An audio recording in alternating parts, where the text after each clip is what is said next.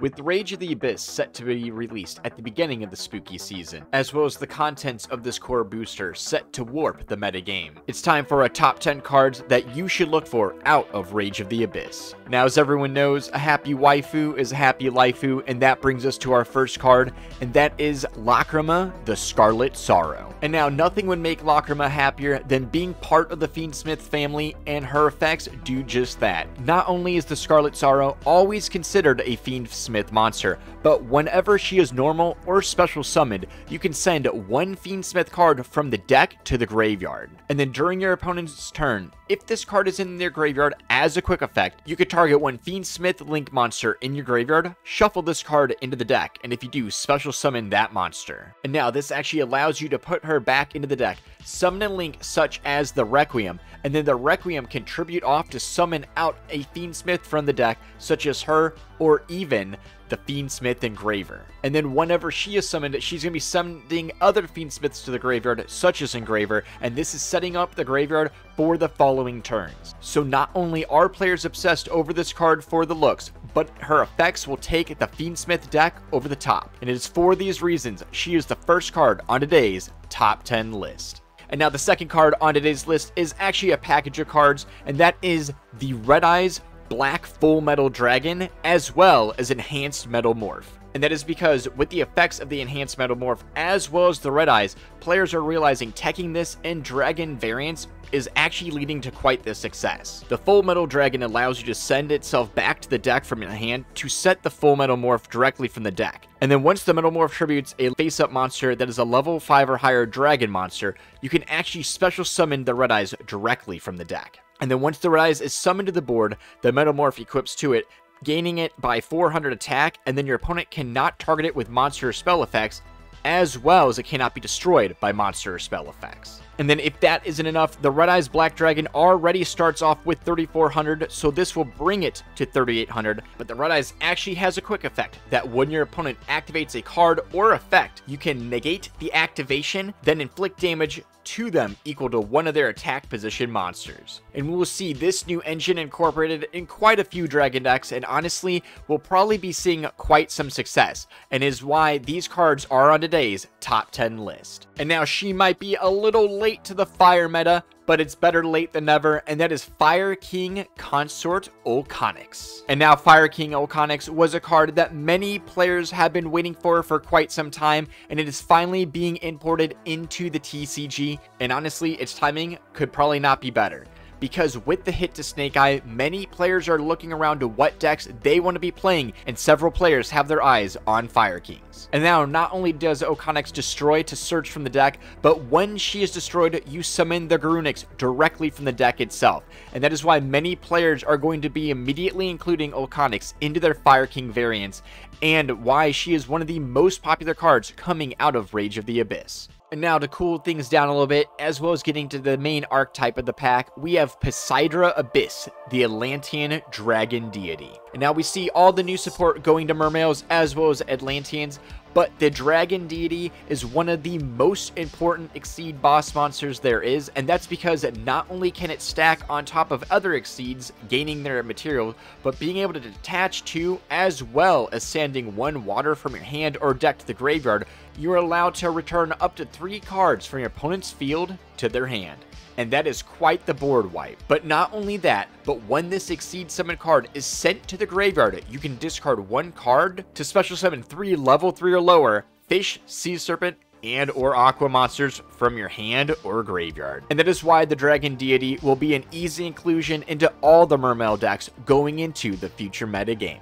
And now the 5th card on today's list coincides with many of the cards we've been discussing on the channel, and that is Blue Eyes of the Heart. And that is because not only are you able to consistently add Ankh from the deck to the hand with the Blue Eyes ability, but once per duel, while it's in the graveyard, after you have activated the Ankh, if your opponent summons a monster level 8 or higher, or 3,000 attack or higher, you are then able to send it to the graveyard to revive the Blue Eyes from the graveyard itself. And it's because of its searchability, as well as the mini Bestower of Flames effect that has this card included in all the Millennium decks, as well as has many players excited to add a new Blue Eyes to their collection. And then next up on the list is another archetype that has been getting more support, and that is legendary Klesha 6 Samurai Shien. And then much like the other 6 Samurai Shien Synchro, this one is a level 6 and summoned by a warrior tuner and a non-tuner 6 Samurai. But unlike the other Shien that goes after the spells and traps, once per turn, when your opponent activates a monster effect as a quick effect, you can negate the activation, and if you do, destroy that monster. And then on top of that, if this card will be destroyed by battle or card effect, you could destroy any other monster you control to prevent the destruction of your Shien. And now this legendary 6 Samurai will be an easy inclusion into any 6 Samurai build, but it will be definitely interesting to see if 6 Samurais make their resurgence back into the metagame. And now we have to discuss one of the most sought after cards in Rage of the Abyss, and that is none other than Dominus Impulse. And now, Dominus Impulse is the second trap card in kind of a debut of traps we've been getting. We saw Dominus Purge being able to prevent a card that would be added from the deck to the hand, kind of a makeshift Ash Blossom, but it kept you from activating any dark, water, or fire monsters effects for the duration of the duel. And a lot of players did agree that was a little too much of a condition to utilize an effect. But in the OCG, we have seen Dominus Impulse soaring into the metagame. And that is because if your opponent controls a card, you can activate this card directly from the hand.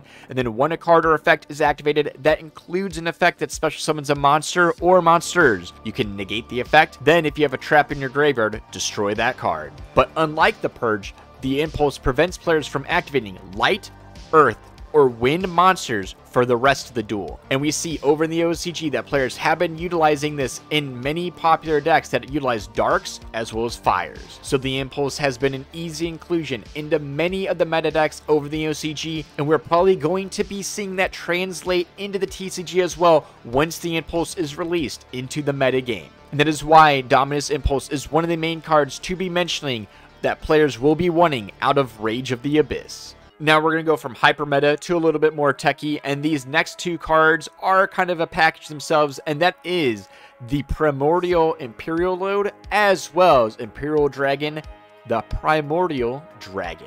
And now starting with a continuous spell, this actually allows you to add any Primordial card from the deck to the hand, as well as being able to declare a normal monster's name and then special summoning it from your hand, deck, or graveyard.